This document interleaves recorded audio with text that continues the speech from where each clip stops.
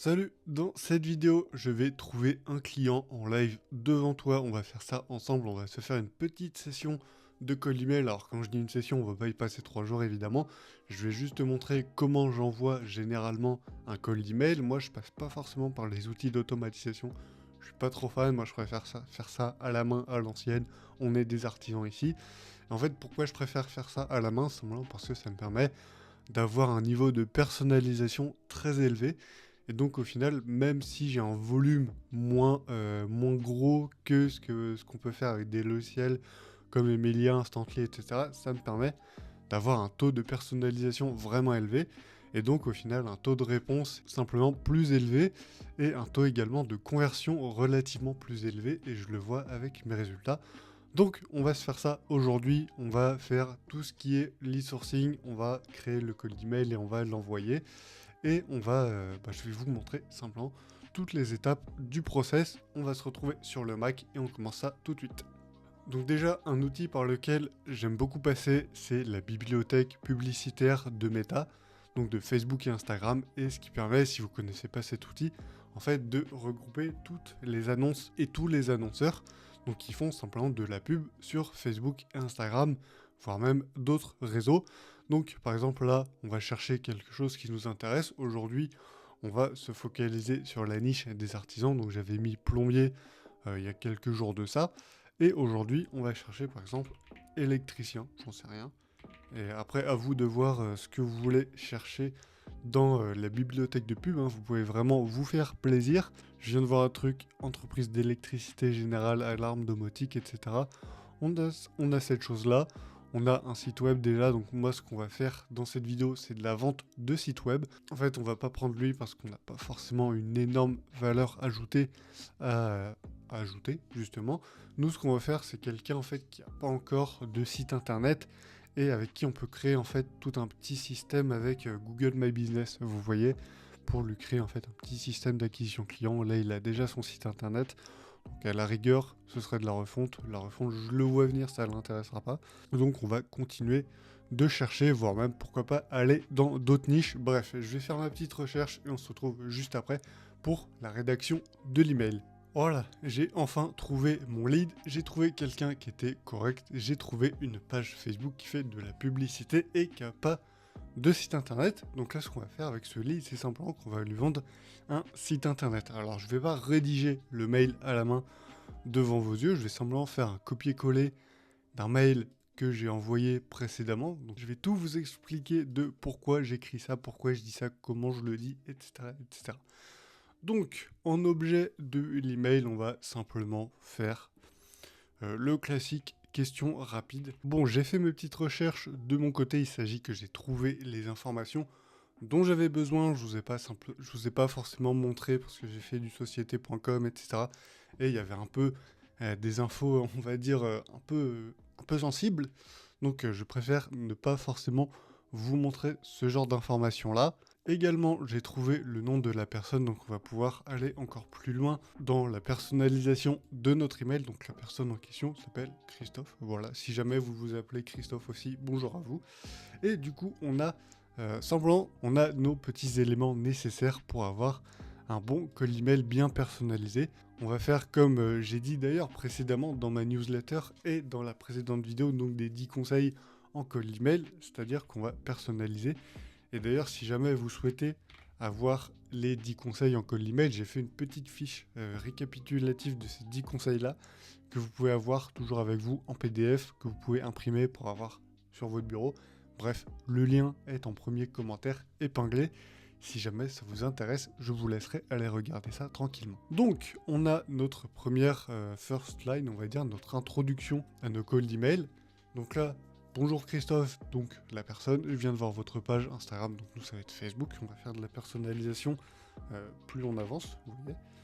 J'ai vu votre page Facebook, alors je pourrais aller plus loin en disant votre publicité, j'ai vu votre publicité pour votre page Facebook, je le faisais avant, je l'ai fait hier, après j'ai fait en fait 2 sections de cold email qui mettent cet élément là, d'autres qui le font pas, on va bien voir ce que ça donne. Et on verra simplement les résultats d'ici quelques jours. Là, pour ce cold email, je ne vais pas le mettre, je vais simplement dire votre page Facebook. En fait, ça prend de la place, simplement dans l'email, de mentionner la publicité. Donc on va juste rester à la page Facebook. Ensuite, je précise, j'aime beaucoup ce que vous postez. Donc voilà, c'est un petit élément de personnalisation, un peu d'approche, etc. Vos photos sont top. Et là, on peut du coup ajouter une personnalisation. Ma préférée, c'est la terrasse. Donc ça, c'était pour un ancien prospect que j'ai contacté hier. Donc là, on va aller voir sur la page Facebook de la personne si on peut choper un petit élément de personnalisation. Donc on est là et il faut trouver en fait un petit élément qui peut nous permettre d'avoir une personnalisation tout simplement. Donc par exemple, la bannière, elle est sympa, on peut en parler. Par exemple, dire j'aime beaucoup la bannière de votre page, les illustrations sont sympas, des trucs comme ça. Bref, c'est de mentionner vraiment un élément qui montrera à votre prospect que vous avez simplement pris le temps de regarder un minimum ce qu'il faisait. Ouais, c'est ça l'idée. Donc là, on peut préciser que, encore une fois, qu'on adore la bannière de sa page Facebook. Alors là, il y a juste un petit élément que je suis pas fan, c'est qu'on a un doublon page Facebook. Donc on n'est pas forcément obligé de préciser Facebook, on peut simplement dire la bannière de votre page est vraiment sympa, parce que ça m'étonnerait qu'il en ait 40, donc on parle d'une seule et même page, surtout que j'en parle en fait dans la première phrase de l'email. Donc on a notre petite introduction, comme je vous l'ai dit, on n'est pas à plus de 2 lignes par paragraphe, ça sert à rien, après c'est énorme. On peut honnêtement faire 3 lignes max si vraiment il faut que ça prenne de la place, on va le voir juste après. Mais vraiment, le minimum, c'est 2 lignes, vraiment pas plus. Si vous pouvez, ne faites pas plus. Donc, on a notre petit élément d'accroche, quelque chose qui va faire que la personne va probablement, en tout cas, continuer de lire. Alors, j'utilise une extension, c'est Merci App, c'est pas sponsor évidemment, mais voilà, si jamais vous faites pas mal de fautes, de petites coquilles, etc., c'est un indispensable et c'est très pratique. Donc, surtout pour l'école d'email, faites très attention aux fautes d'orthographe et aux petites coquilles, ça peut vite arriver, donc attention. Ensuite, je suis web designer, je travaille avec les artisans. Récemment, j'ai fait le site de Deyan. Alors, je sais pas si tout le monde le prononce comme ça, tous les gens qui voient mon email. D'ailleurs, Deyan, si tu passes sur cette vidéo, salut à toi, merci, c'était cool, on a bossé ensemble, c'était excellent. Un artisan en rénovation, donc là je mets son site, et François, un plombier, également, je mets son site. J'aimerais beaucoup faire de même pour vous aider à développer et simplifier votre activité. Donc c'est généralement, en fait, ce que je fais généralement dans mes call emails, c'est que je prends ces éléments-là et après derrière je fais un copier-coller. En fait, la seule chose que je vais personnaliser réellement, c'est les 2 premières lignes. Si jamais je vois qu'il y a un élément d'accroche, un petit élément, un petit icebreaker qui peut venir se glisser dans l'introduction de l'email. Donc c'est comme je vous le dis tout le temps, en fait, les triple C. Donc là, on a notre compliment custom.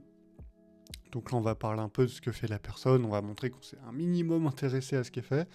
Ensuite, on a le case study, donc on parle des projets sur lesquels on a travaillé, qui peut prouver en fait simplement qu'on serait capable de travailler sur son projet. Donc là, attention, j'ai sauté une ligne simplement pour que ça fit mieux l'email. Ça fait 3 lignes. Attention, franchement, à partir de 3 lignes, n'en faites pas plus. Si vous voulez rajouter un truc, supprimez quelque chose. N'allez pas au-delà de 3 lignes, après ça fait pas fait. Sauf si la personne vous connaît.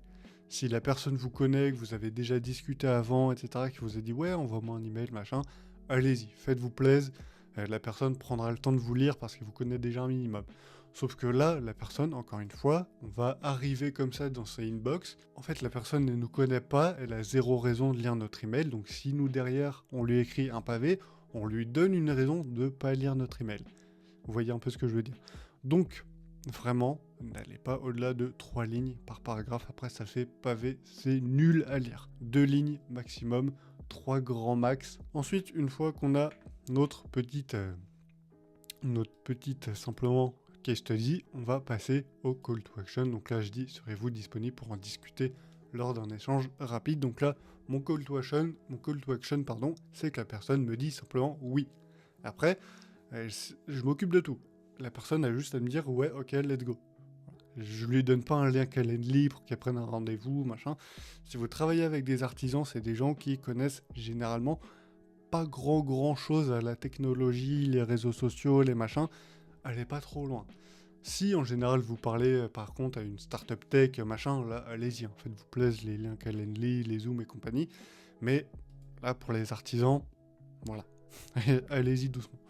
Ensuite, cordialement, mon nom et mon petit numéro. Dans la vidéo précédente, je vous parlais de la signature email, de faire une petite signature bien élaborée, etc.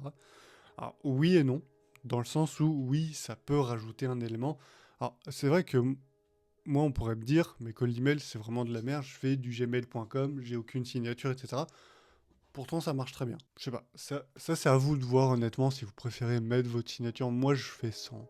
Écoutez, pour cet email, on va la mettre. Voilà. On va la mettre, on va voir ce que ça donne.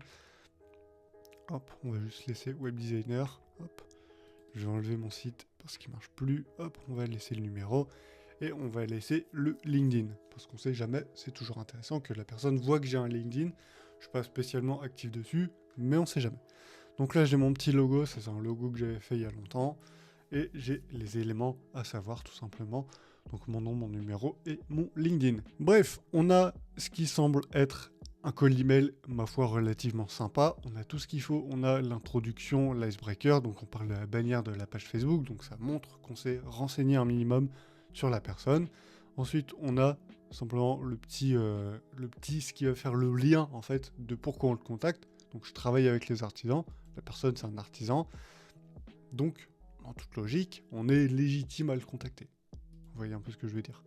Et ensuite, on a notre case study et on a du coup les liens et les références en fait des anciens clients. Alors, je vous vois venir à me dire si jamais on n'en a pas, qu'est-ce qu'on fait? Bah, si vous en avez pas, et on en a discuté dans la précédente vidéo, c'est soit d'avoir une excellente offre. Ça, je pense, on se fera une vidéo dédiée pour envoyer un cold email si vous n'avez pas de clients. On se le fera limite dans la prochaine vidéo parce que c'est une série que j'ai envie de faire un peu sur le long terme avec pas mal en fait de niches et de services qu'on va vendre pour un peu convenir en fait simplement à tout le monde. Donc c'est une série de vidéos qu'on va continuer. Je fais pas juste une vidéo là comme ça.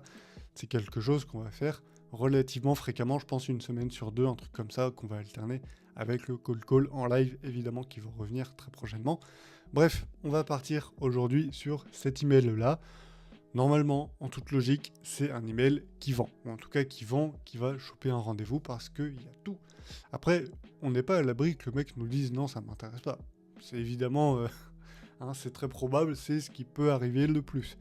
Mais on n'est pas à l'abri également que la personne dise « Ok, pourquoi pas, on va en rediscuter », tout simplement. Donc, on va partir sur ce cold email. Je vous tiendrai au courant sur Telegram, donc n'hésitez pas à rejoindre mon groupe. Pareil, je vous mets le lien dans la description. Vous avez tout ce qu'il faut en description, tous les liens qu'il faut, vous avez tout en description. Et on va partir sur ce cold email, on va l'envoyer et on verra bien ce que ça donnera d'ici quelques jours. Ça se trouve même peut-être d'ici cet après-midi, j'aurai une réponse. On verra, encore une fois. Rendez-vous sur le Telegram et en attendant, on va faire la petite outro, j'espère que cette vidéo vous a plu, on va cliquer sur envoyer, hop, on a envoyé le mail. Alors, email tracker, je vous en parlais, donc c'est l'outil de Snovio qui permet, attendez, parce que quand on fait remind later, ça refresh, etc., c'est chiant, donc c'est l'outil simplement qui permet de traquer votre taux de clic et d'ouverture. Donc là on voit que le mail qu'on vient d'envoyer n'a pas encore été ouvert. Donc on va suivre ça, combien de fois il a été ouvert, etc. Bref, on va faire la petite outro. J'espère que la vidéo vous a plu. Et si ça vous a plu, n'hésitez pas à mettre un petit pouce bleu, à vous abonner à la chaîne et à mettre un petit commentaire en like. N'hésitez pas à me dire d'ailleurs justement par commentaire qu'est-ce que vous aimeriez comme sujet pour la prochaine vidéo de Cold Email en live, quel service, quelle niche, etc. N'hésitez pas à me dire tout ça en commentaire et on verra ça pour la prochaine vidéo qui arrivera dans 2 semaines parce que la semaine prochaine il y a une autre vidéo. Donc on va reprendre un petit rythme stable de vidéos. On fera une vidéo par semaine honnêtement. Je pense que ce sera le mercredi, ça me semble très correct. Bref, merci à vous d'avoir regardé cette vidéo. Comme d'habitude, petit like, vous connaissez la chanson. Si vous souhaitez avoir un petit guide de 10 conseils en cold email, encore une fois, tout est en description, tout est en commentaire également épinglé. Et moi, je vous dis à la prochaine dans une nouvelle vidéo. Ciao!